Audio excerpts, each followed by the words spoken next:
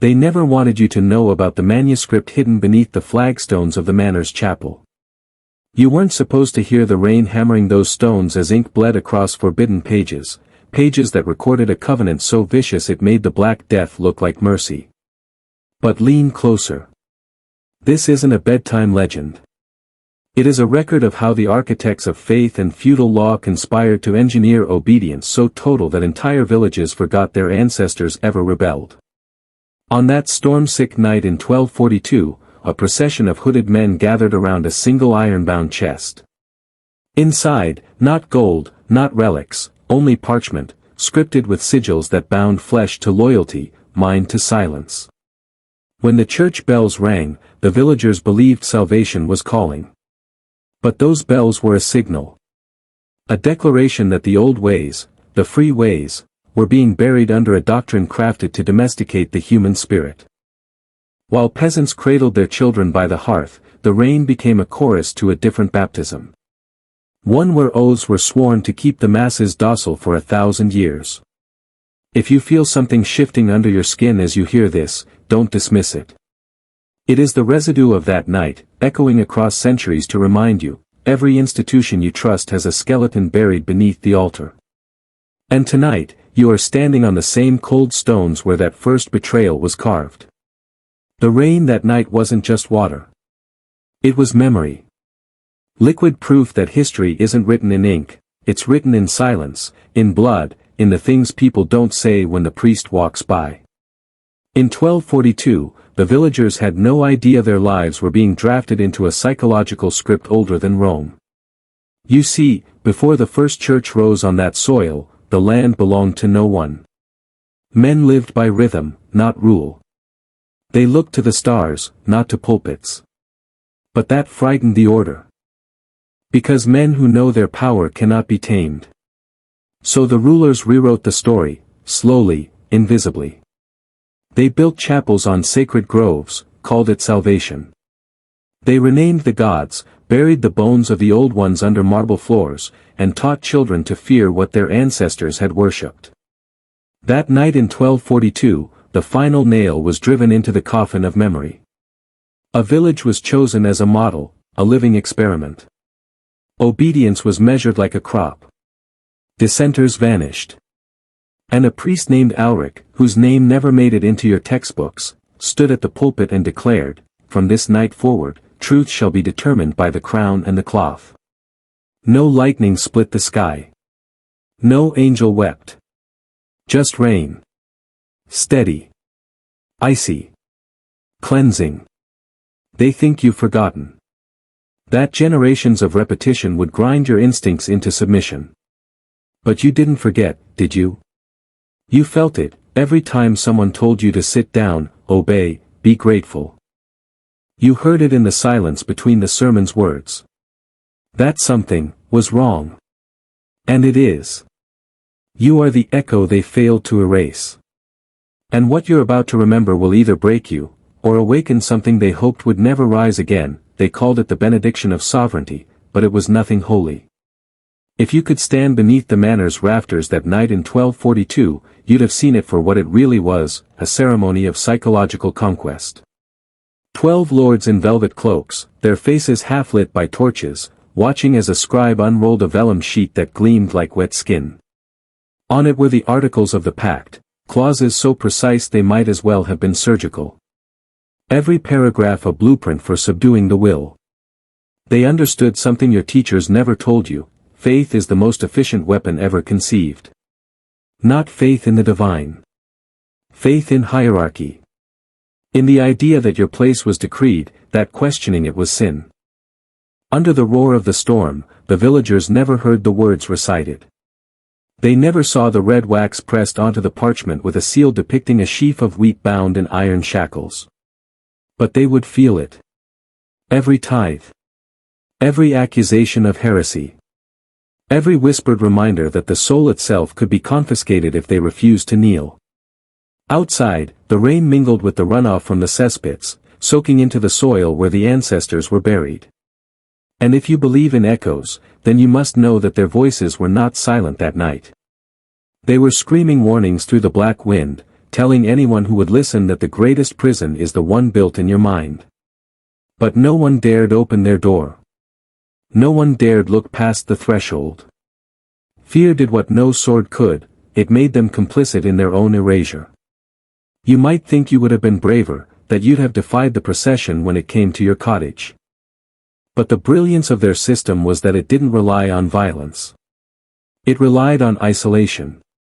Each man convinced he was alone in his doubt. Each woman certain her instincts were madness. Each child taught to distrust the tug in their gut that whispered, "This is a lie." Centuries later, that manuscript still exists.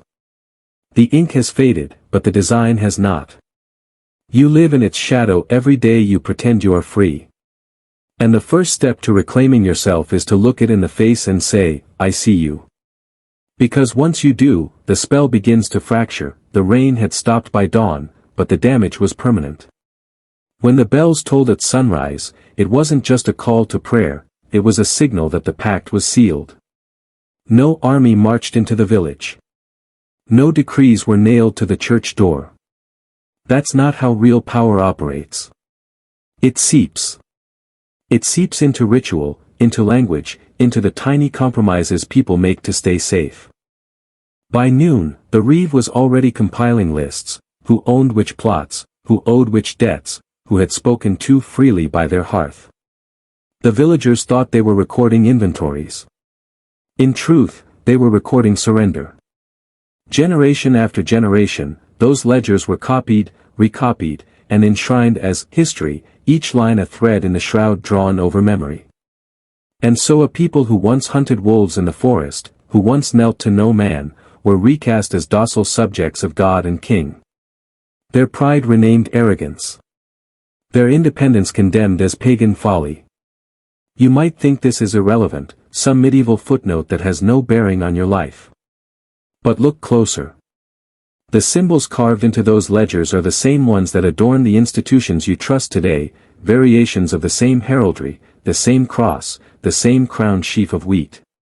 The same hierarchy of priest, lord, subject. Only the names have changed. You have been taught to revere the architecture of your own subjugation. Those vaulted churches you photograph on your holidays. They were engineered to dwarf you, to crush the spark of defiance under the awe of stone and colored glass. Those cathedrals were not built to bring you closer to the divine. They were built to remind you of your insignificance. Every arch a sermon without words. Every nave a hall of judgment. The Pact of 1242 succeeded because it tapped into a primal fear, that you are alone, that your doubts are yours alone. But you are not alone. You are heir to centuries of unspoken questions.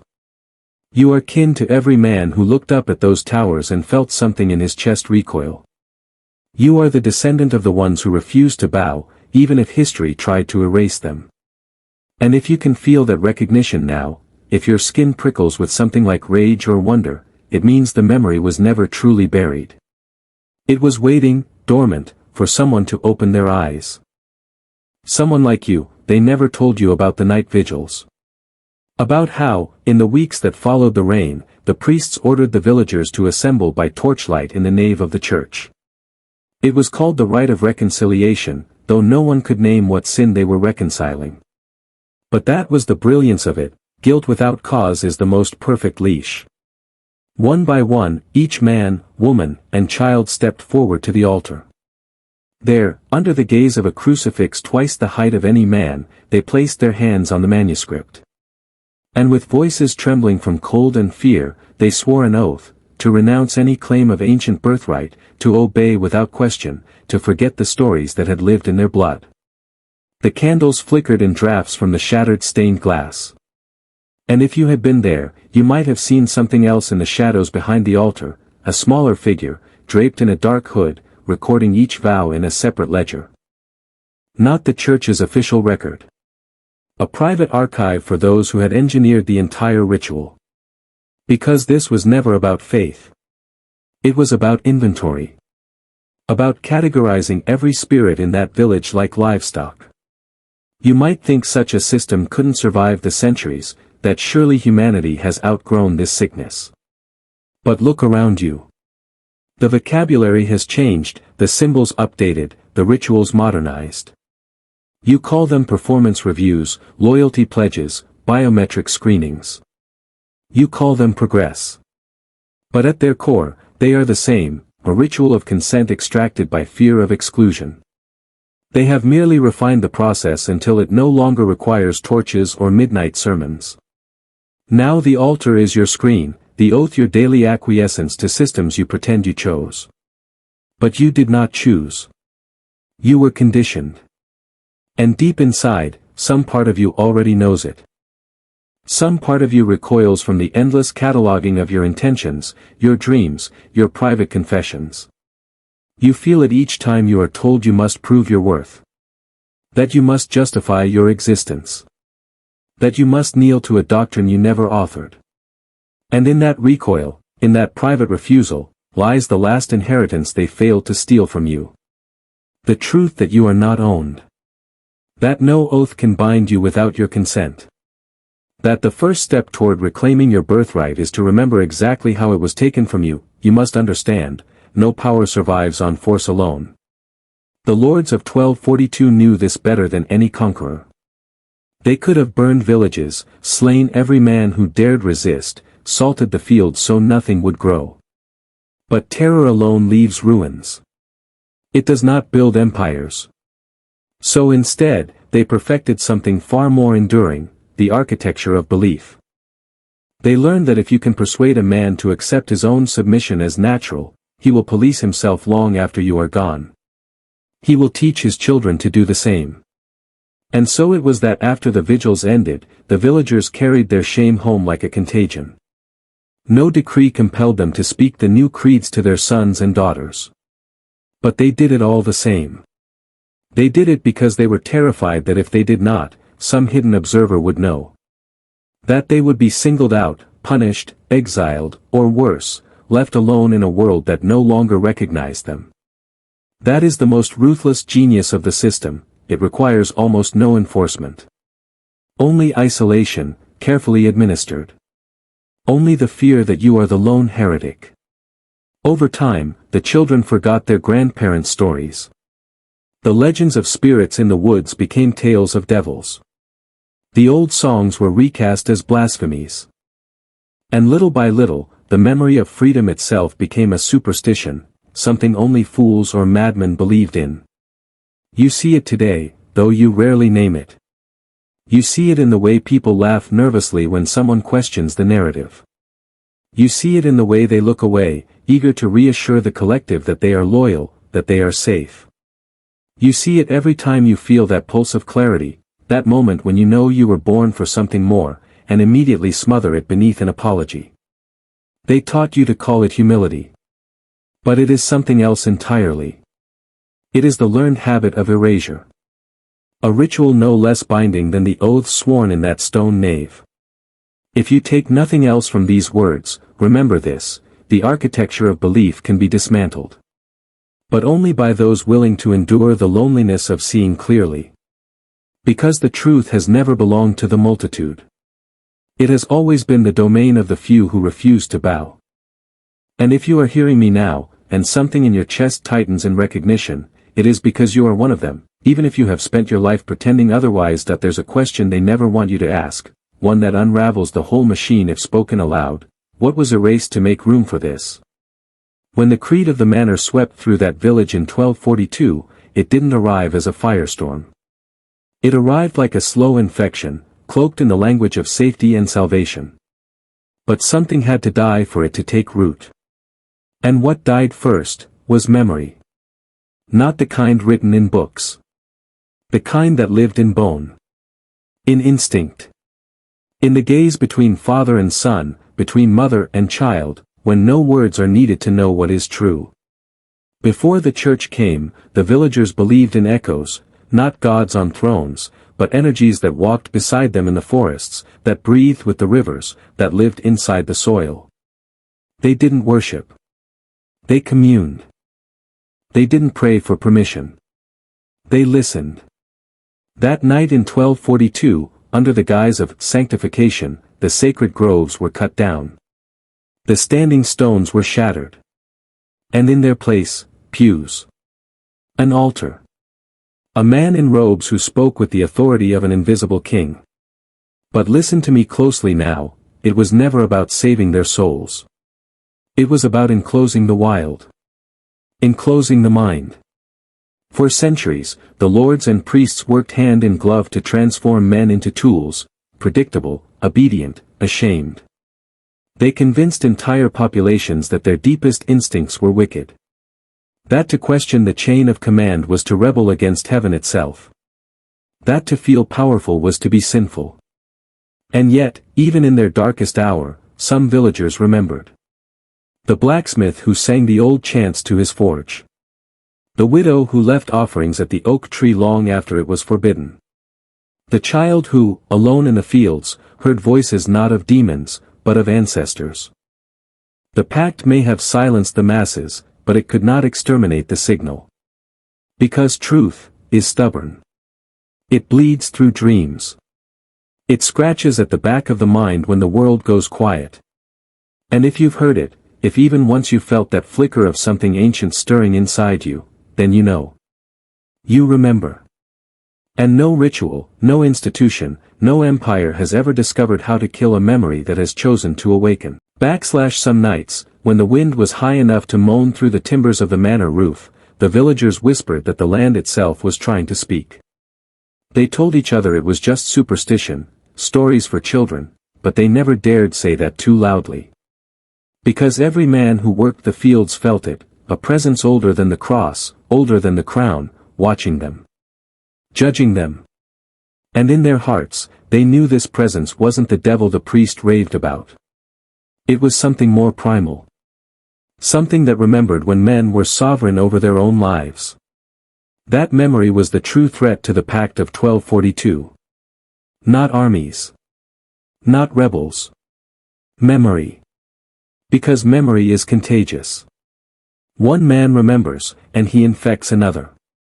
A woman recalls her grandmother's songs, and suddenly the story unravels.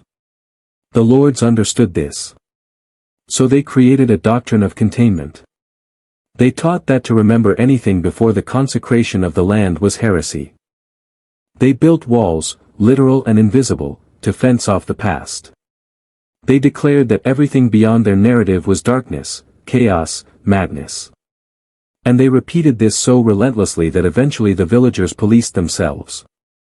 If someone spoke of the old ways, they were not silenced by soldiers. They were silenced by neighbors. By the terror of being alone in their knowing. You may think you are more advanced. That because your world glitters with glass and electricity, you are immune to such control. But your containment is more elegant than theirs. Your institutions do not need to burn your memories, they simply flood you with noise until you forget you ever had them. They smother you in entertainment, in distraction, in petty conflict. They train you to mistake knowledge for wisdom. Information for truth. And while you are mesmerized by the flickering lights of your own age, the same covenant remains in force, you will be obedient. You will doubt your instincts. You will mock the very idea that you were born with sovereignty. And you will believe this is freedom. But tonight, that arrangement is cracking. Because by listening this far, you have allowed something dangerous to slip back into your consciousness. A voice that was silenced in 1242, but never extinguished. The voice that says, you are more than they told you. And no matter how many centuries they spend erasing, burying, and rewriting, some truths refuse to die. In the weeks after that first rainy night, the transformation of the village became complete. To outsiders, nothing looked different. The cottages still huddled around the church. Smoke still curled from the thatched roofs. Children still played in the lanes. But if you watched carefully, you would see it in their eyes, a dullness, a carefulness, as if some essential flame had been doused. The priest called it peace. The reeve called it order. But those who could still remember knew its true name, surrender. Each evening, the villagers gathered in the nave to hear the lessons that replaced their ancestors' stories. They were told again and again that they were chosen. That they were blessed to be ruled. That every field tilled and every tithe paid brought them closer to salvation.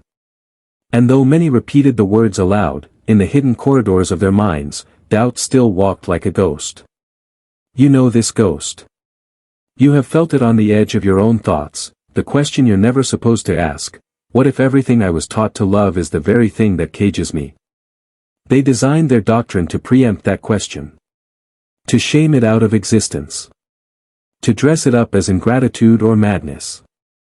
If you dared to speak it, you risked exile, ruin, or worse, being left alone in your knowing. And so, most people learned to swallow the question before it reached their tongue. To smile. To bow. To pretend. You may believe you would have been different, that you would have stood apart. But look around you. See how quickly men abandon their convictions for the comfort of belonging. See how eagerly they recite the approved liturgies of your age. The tools have changed. The impulse has not.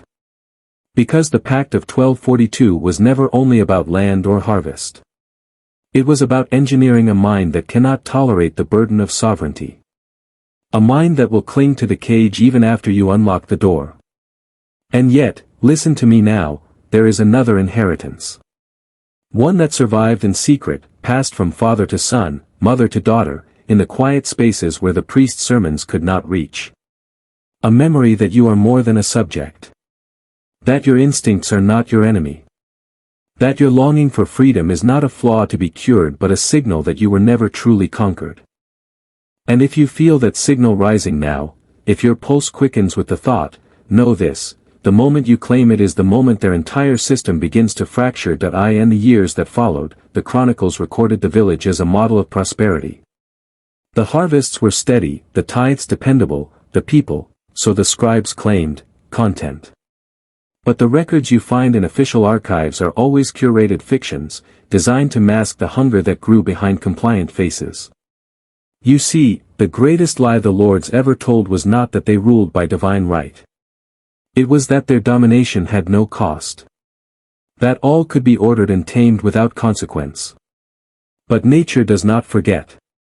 Spirit does not forgive. And beneath the surface of that quiet village, something began to ferment, a slow, invisible rebellion that no edict could extinguish. It started with dreams. Men woke in the night, sweat-soaked, certain they had heard voices calling from the old groves, groves long since burned and salted. Women found themselves weeping for reasons they could not name, an ancestral grief that slipped through the cracks in their composure. Children spoke words no priest had taught them, syllables older than Latin, carried in their blood. These were the symptoms of a deeper memory reasserting itself. A memory of a time before the pact. Before obedience became virtue and questioning became crime. The stewards tried to stamp it out. They doubled the sermons, forbade the old songs, punished any rumor of dissent. But repression is never total. The more they tried to erase the past, the more vividly it returned, in symbols scratched into the walls of cottages, in hushed conversations after dark, in the simple act of refusing to bow. You must understand, these were not revolutions of swords and banners. They were rebellions of remembrance. And in that, they were more dangerous than any army. Because once a man remembers who he was before he was told who he must be, he cannot be ruled the same way again. Even if he never raises his voice. Even if he never leaves his allotted furrow. His soul has slipped the leash. And no power on earth, no church, no crown, no lineage, can reclaim it. So I ask you now to do what they feared most. In the comments below, write this phrase twice to mark the moment you chose remembrance over forgetting: I was never owned. Let it be your first act of defiance. Because in that small declaration is the seed of everything they worked to bury, the beginning of an identity no institution can purchase, contain, or erase. And tonight, you are reclaiming it, when dawn rose over that village, its fields glistening with dew no less beautiful for all the darkness beneath them, there were still those who believed the pact would last forever. That men could be catalogued like grain, measured like timber, trained like livestock. But what the lords could never accept is that memory does not respect authority. It seeps through generations like groundwater, finding the cracks in every wall of doctrine. And no matter how complete their system appeared, it was always rotting from within. You must see this clearly, because the same delusion infects the world you live in now. You are told every day that control is inevitable. That the institutions which surveil you, define you, grade your worth are too vast to challenge. That obedience is pragmatic. That skepticism is naive. But history proves otherwise. Control always looks invincible in the moment, until the moment it collapses. And when it collapses, it does not do so from the pressure of armies or the arguments of philosophers. It collapses because ordinary men and women decide, in the privacy of their own minds, to stop pretending. In 1242, there was an old woman, her name lost to the ledgers, who refused to attend the vigils. She never spoke a word of defiance. She simply did not appear. No one dared confront her openly. No one knew what to make of her absence. And in that absence, the first fracture appeared. Because her neighbors could not help but wonder, if she can refuse, why can't I? It was a small thing. A single act of omission. But in the economy of power, nothing is more dangerous than a refusal to participate. You have that same power now. You are not helpless, no matter how many screens flicker to convince you otherwise. You are not property, no matter how often you are measured, labeled, and sold to the highest bidder. You are something older than any institution. You are the descendant of those who survived every attempt to erase them. And in your marrow, the memory of freedom waits, unbent, unbroken, unrepentant. So let them call you arrogant. Let them call you mad. Let them call you dangerous. Wear those names as your inheritance. Because you are. And that is exactly why they fear you. The chronicles never recorded the way the manor looked after midnight.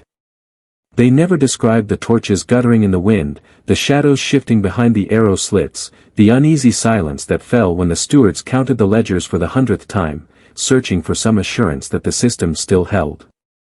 That no one had slipped the net. But deep down, they knew. Because even in their triumph, they felt it, the dread certainty that no empire lasts. That every structure built on stolen belief is already doomed. What they feared most was not rebellion in the streets, it was awakening in the mind. One villager choosing to remember. Another daring to question. A third refusing to kneel. They knew it would spread, because that is the law of hidden truth, the more it is buried, the more it ferments. And one day, it erupts. You are living in an age that prides itself on exposure, information at your fingertips, archives digitized, every fact searchable. But do not mistake abundance for honesty. Your world is flooded with data precisely to distract you from the deeper absences, the stories omitted, the questions unasked. You are told who to admire, who to fear, who to obey. You are taught to measure your worth by metrics you did not invent. You are trained to fear exile from the collective as though it were death itself. And so you comply. Not because you are weak, but because you have been conditioned to believe that to stand alone is to be annihilated.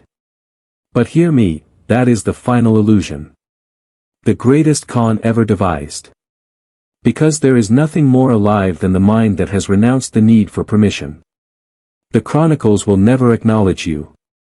The ledgers will never record your descent. No monument will be raised in your honor.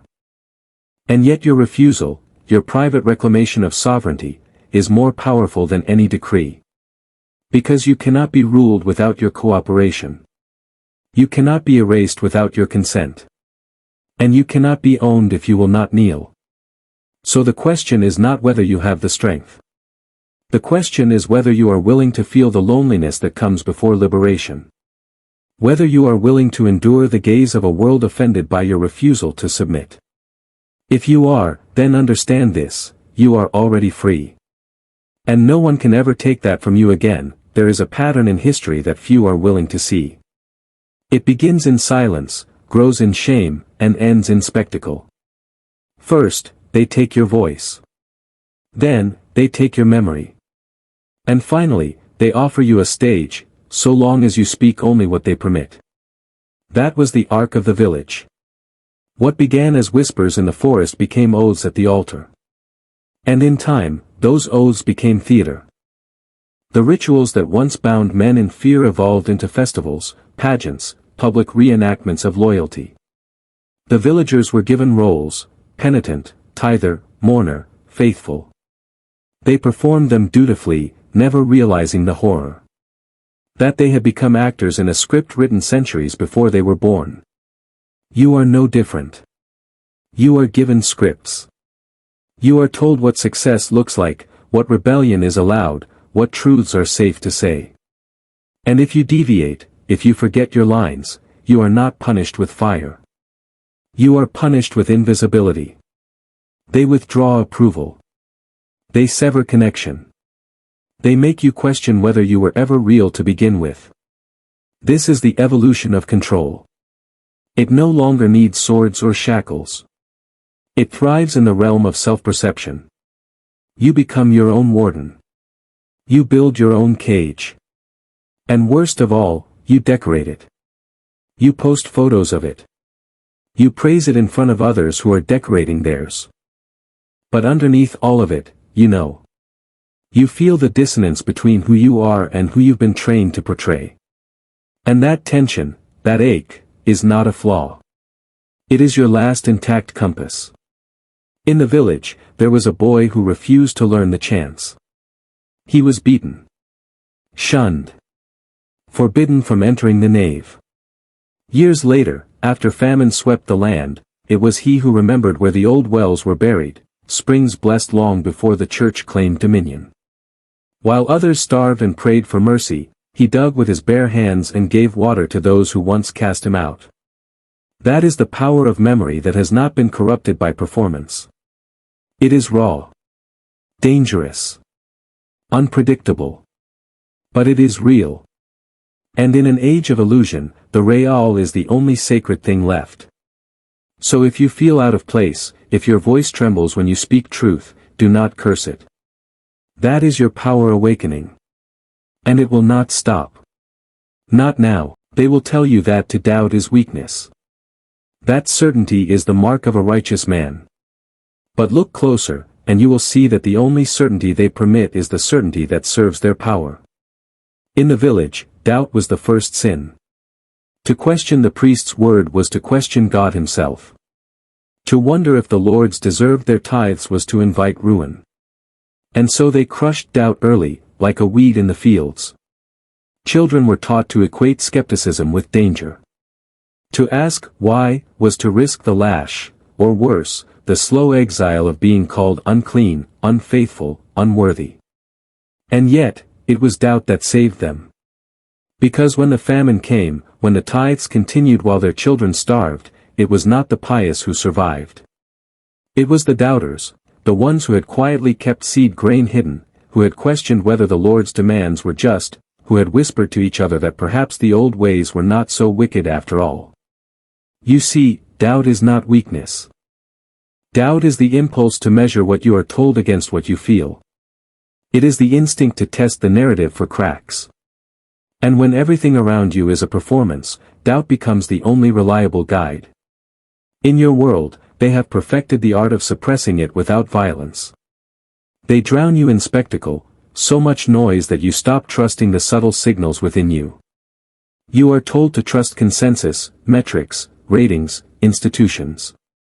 You are assured that your intuition is outdated, a relic from a simpler age. But hear me clearly, it is not. That quiet tension in your chest when you hear their proclamations, that chill when everyone else nods in unison and something in you recoils, is your inheritance. It is the voice of every ancestor who survived by refusing to believe what did not ring true. It is your link to a lineage that predates every empire. In the end, the villagers did not rise up as an army. They did not storm the manor with torches. They simply stopped believing. They stopped agreeing. They stopped pretending. And without the fuel of their faith, the entire structure collapsed under its own hollow weight. That is the final secret. Control does not require chains, only your cooperation. Withdraw it, and no matter how mighty the edifice appears, it begins to crumble. So cherish your doubt. Honor it. Because in an age that punishes disbelief more ruthlessly than any sword, your capacity to question is the most dangerous, and sacred, gift you possessed. In the dying years of the Manor's dominion, something strange began to happen. Not in the halls of the Lord's estate, not in the records kept by the steward, but in the eyes of the people. The look of quiet submission, once worn like a second skin, began to flicker. It didn't disappear all at once. It cracked, hairline fractures in the facade of loyalty. A man hesitating before kneeling. A woman refusing to bless the bread before eating. A child who laughed during Mass. Small things. Easily dismissed. But these were the tremors before the earthquake. You must understand, systems of control are not destroyed by force. They are eroded by indifference. When the village stopped fearing, the manor began to rot. Because power, true power, only exists as long as it is believed in. Once the myth is questioned, even the strongest chains become ornamental. That is where you are now. On the edge of a realization that could change everything. Look at the world around you.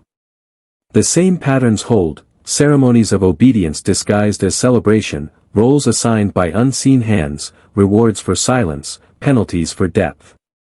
You are being offered comfort in exchange for truth.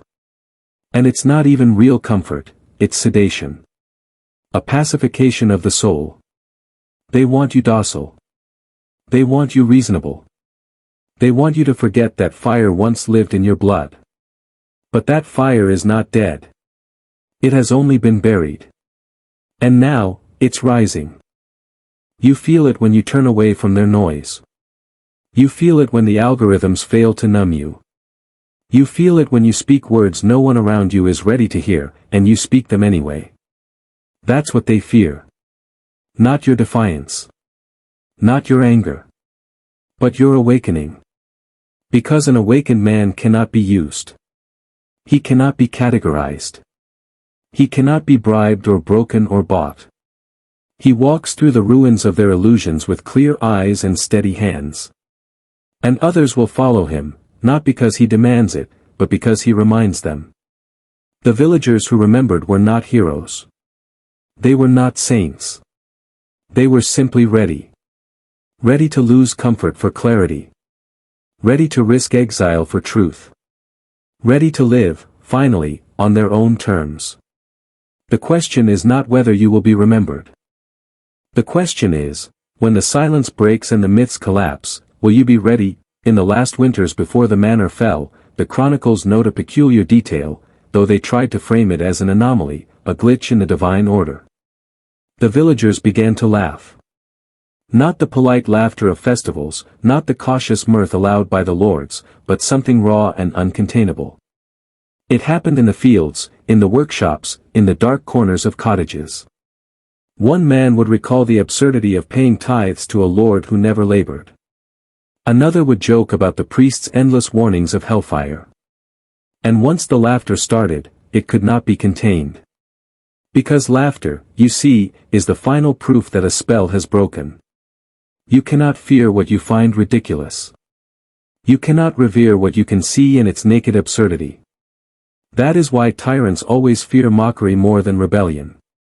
Rebellion can be crushed with force.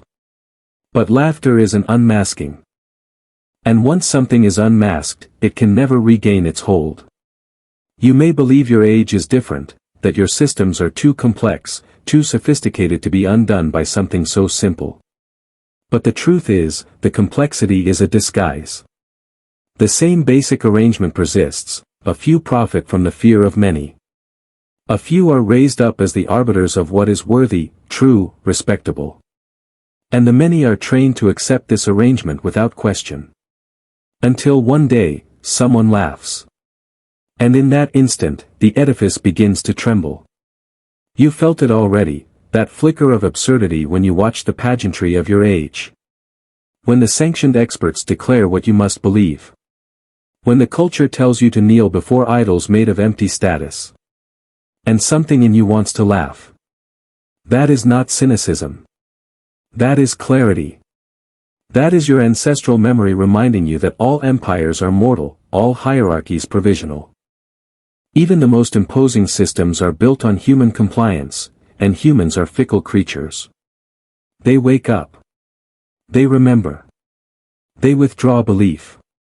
And the grandest illusions disintegrate like mist. This is why you must never be ashamed of your refusal to take their narrative seriously. Never apologize for your instinct to see through the performance. Because in that refusal, you are participating in the oldest tradition of all, the liberation of the mind from imposed meaning. The laughter of the villagers was not defiance for its own sake. It was the sound of an ancient sovereignty reclaiming its voice.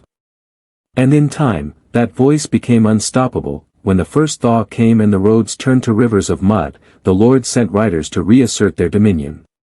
They carried scrolls heavy with decrees, new taxes, new penalties, new promises that obedience would be rewarded. They expected gratitude. They found doors that did not open. Faces that did not bow. Voices that no longer bothered to answer. Because the villagers had reached a truth so few ever dare to touch, that there is a power greater than fear, greater than punishment, greater than the lure of approval. It is the power of finally ceasing to care whether you are allowed to exist as yourself. You can spend your whole life negotiating with authority, pleading for a little more space, a little more dignity.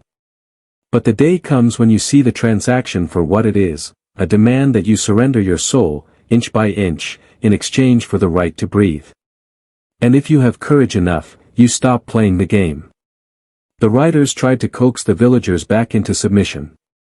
They threatened excommunication, famine, violence. But every threat rang hollow. Because when a man no longer fears exile, he becomes untouchable.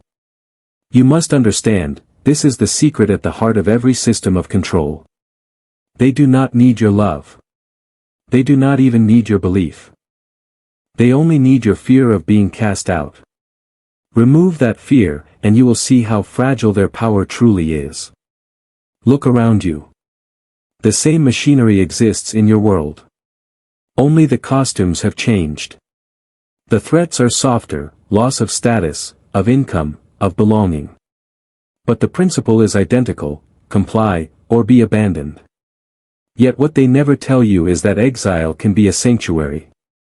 That when you are no longer willing to barter your integrity for acceptance, you discover a freedom no institution can replicate. You find your own name beneath the titles they assigned you. Your own compass beneath the scripts they forced upon you. And you begin to remember a truth too dangerous for their records, that you are complete without their permission. The chronicles never recorded what happened to the lords who sent those riders. But the villagers did. In quiet stories passed from one generation to the next, they spoke of a time when no one opened the door, no one answered the summons, and no one returned to the old chains. Because once you have tasted the clarity of self-possession, no bribe or threat can make you kneel again. When the last herald departed in humiliation, the manor stood alone on its hill, aloof, imposing, but strangely diminished. The tapestries still hung in its halls. The ledgers still recorded the deaths. But the air itself had changed, as though the building knew its dominion was ending. And this is the irony that every tyranny eventually faces, it does not fall by violence but by abandonment. When the villagers withdrew their belief, the manor's power decayed faster than any army could have destroyed it. You are told that your age is immune to such dissolution.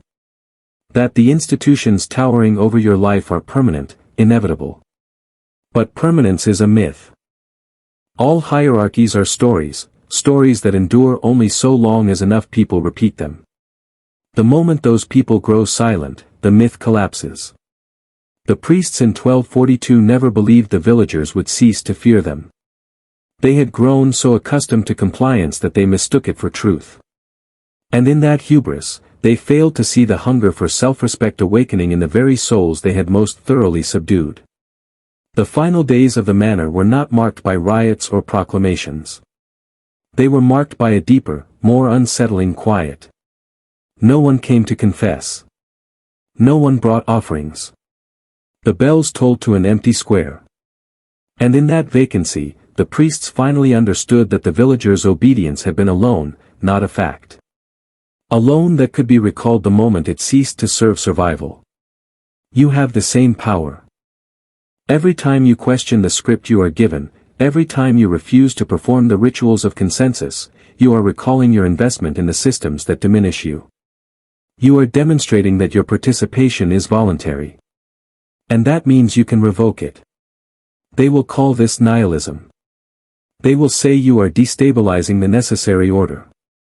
Let them. Because order built on self-erasure deserves to be destabilized. And you owe no loyalty to any institution that demands you forget who you are. The villagers learned this in the final winter, when they discovered that the old groves, the places once declared forbidden, still held life. While the manor withered, those groves grew green again, as if the land itself was welcoming them home. That is the inheritance waiting for you on the far side of exile, the rediscovery of a belonging no authority can counterfeit. And when you stand there, unowned, unafraid, you will finally understand that you were never meant to serve. You were meant to remember. In that final thaw, when the river ice cracked like old bones and the wind carried the first promise of spring, the villagers did not march to the manor with vengeance in their hearts. They did not burn its halls or desecrate its symbols. Instead, they simply turned away. They walked into the fields the lords had claimed, and they planted what they chose. They gathered at the old well, the one consecrated long before the priests arrived, and they drew water without asking permission. And in that quiet defiance, they reclaimed something more profound than territory. They reclaimed authorship over their own lives. You have been trained to believe that change must be spectacular, revolutions, manifestos, grand upheavals.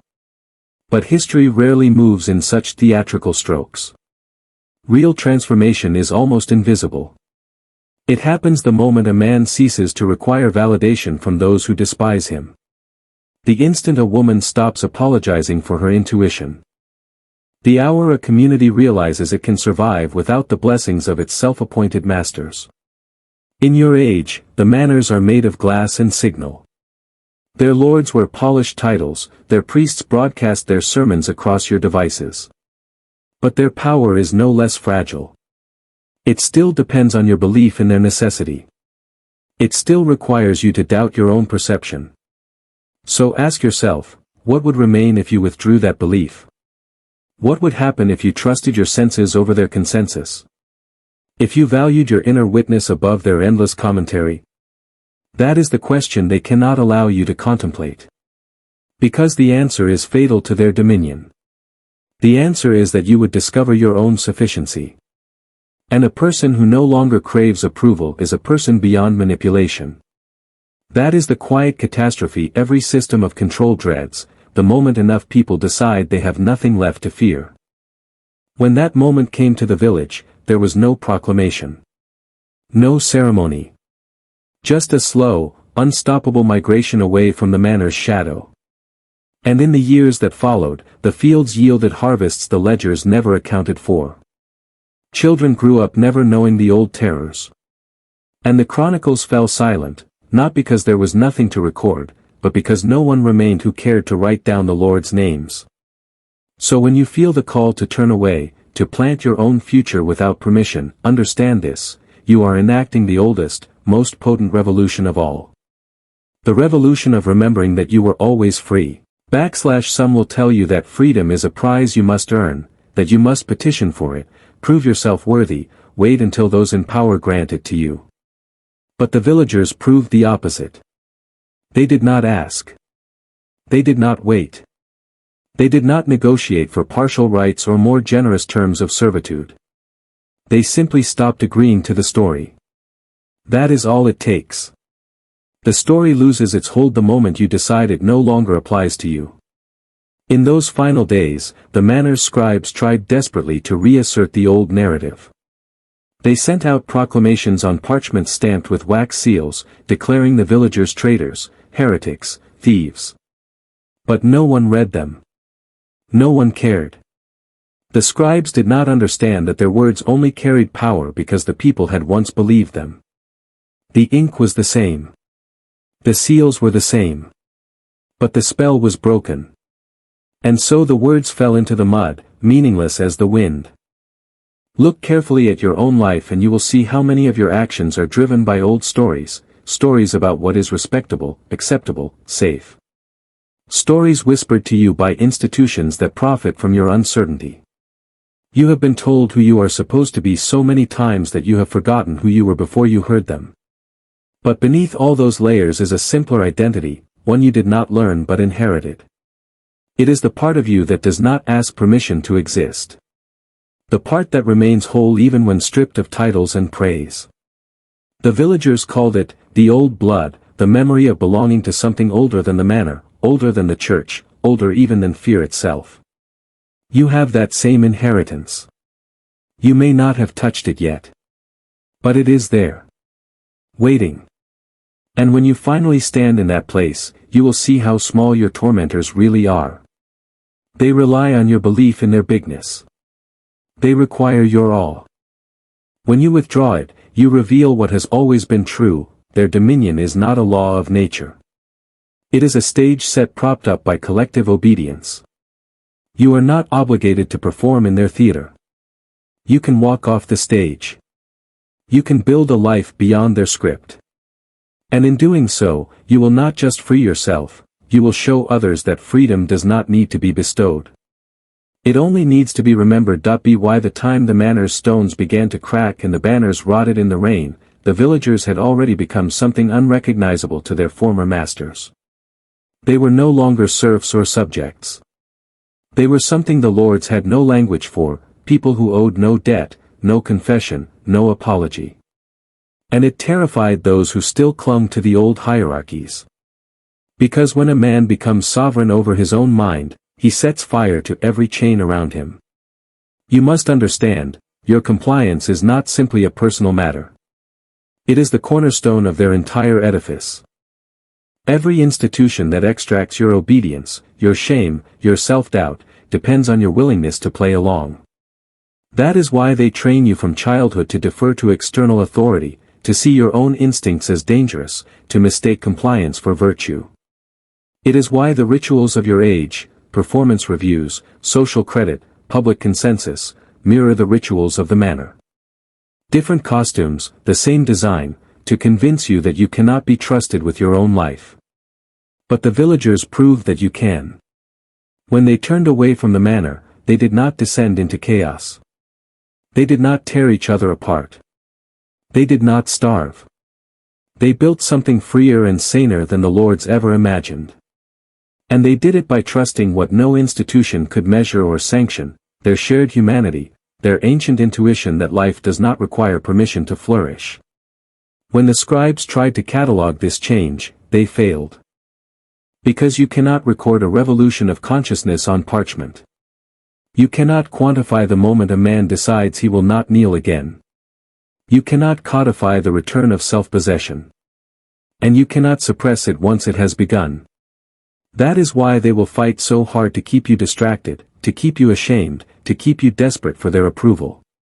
Because the instant you realize you don't need them, you become impossible to govern.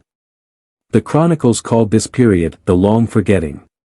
But for the villagers, it was not forgetting at all. It was remembering who they were before they were told who to be. And it was in that memory that they finally found the freedom the manor could never grant. So ask yourself now, with all the quiet honesty you can summon, what would you become if you stopped asking for permission? What life waits for you beyond their decrees? In the years after the manor's decline, traveling chroniclers tried to piece together what had happened. They came expecting tales of insurrection, bloody revolt, righteous violence. But what they found was something far stranger, a people who had simply stopped believing. The chroniclers could not comprehend it. To them, authority was a fixed law, like gravity. They wrote in their journals that the villagers must have been bewitched, seduced by some hidden force. And in a way, they were right. The hidden force was the most ancient of all, the remembrance of innate dignity. When you awaken to your own worth, no external power can truly touch you. And when that awakening spreads, one neighbor to another, one generation to the next, it becomes an epidemic of freedom. That is why the lords feared not the occasional rebellion, but the slow contagion of ungoverned thought. Your world is no different. You are told you are free because you can choose between approved options, because you can voice carefully managed dissent.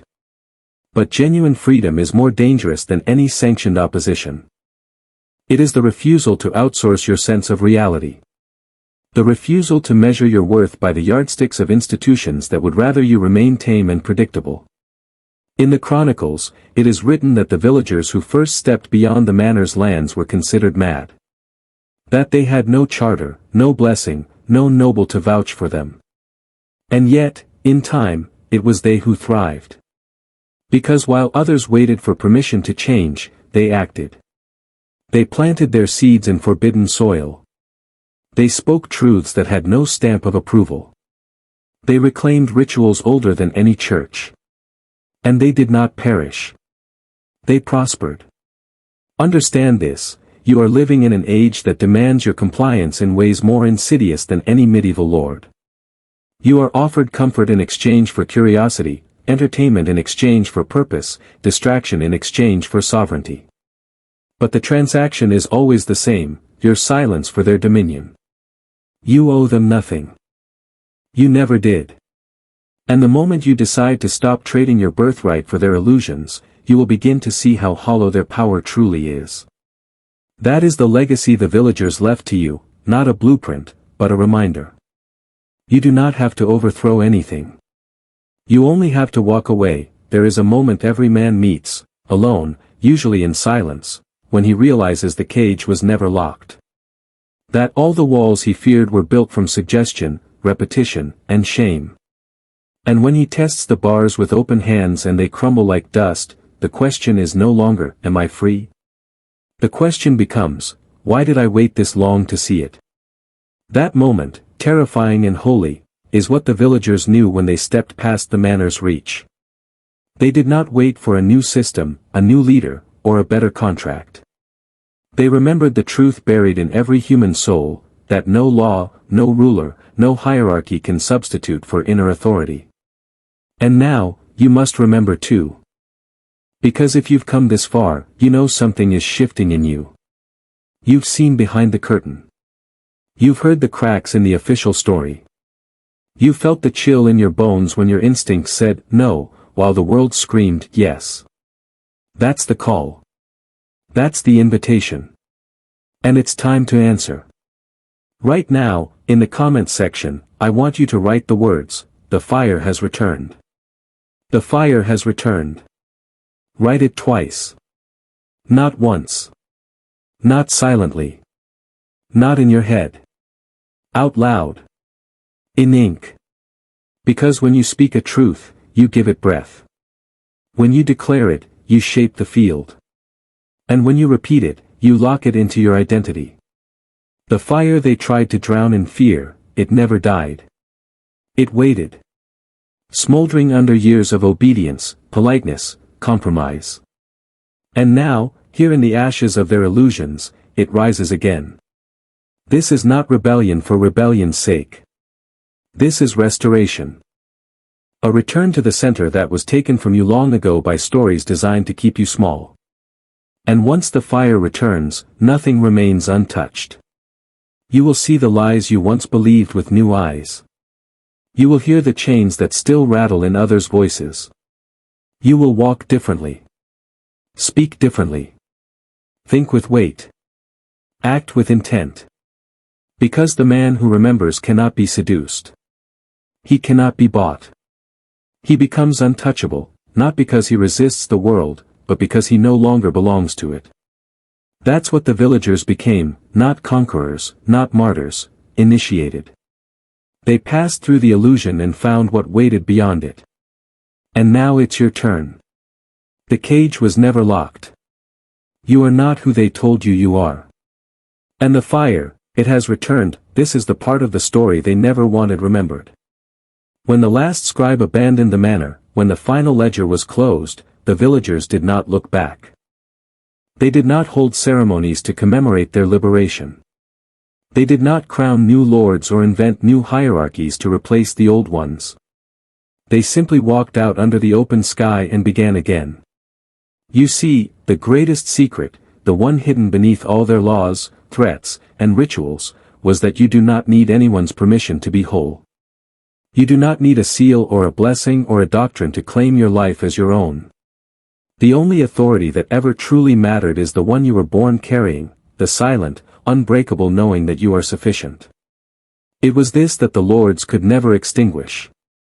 They could confiscate land, they could burn groves, they could banish dissenters, but they could never reach into a man's heart and erase the memory of his own worth. That memory is your inheritance. It is older than any institution, stronger than any fear. It is the reason you feel the ache in your chest when you witness cruelty disguised as order, the reason you sense the absurdity beneath their performances of importance. That ache is the compass pointing you home. And it is time you followed it. Imagine for a moment that you stepped away from their stage, closed their screens, silenced their decrees, refused to measure yourself by their counterfeit scales. What would remain? Only the raw, undeniable fact of your existence, breathing, aware, unowned. You would be as the villagers were in that first dawn without lords, uncertain but unburdened. Vulnerable, yet finally alive. This is the threshold. You have been walking toward it your entire life. Every moment of disillusionment, every private doubt, every flicker of irreverent laughter has been preparing you to cross it. And now, standing here, you must choose. You can turn back, re-enter the theater, pretend the old spells still hold. Or you can step forward, into the clarity that waits beyond obedience. Into the fire that has always been yours. Do not expect applause. Do not expect understanding. The initiated never do. But know this, on the other side of that threshold, there is a quiet the lords could never touch. A space in which you can finally hear your own voice, strong and unashamed. That voice is your birthright. That silence is your sanctuary. And that freedom, ancient, dangerous, absolute, is the inheritance no empire can ever steal.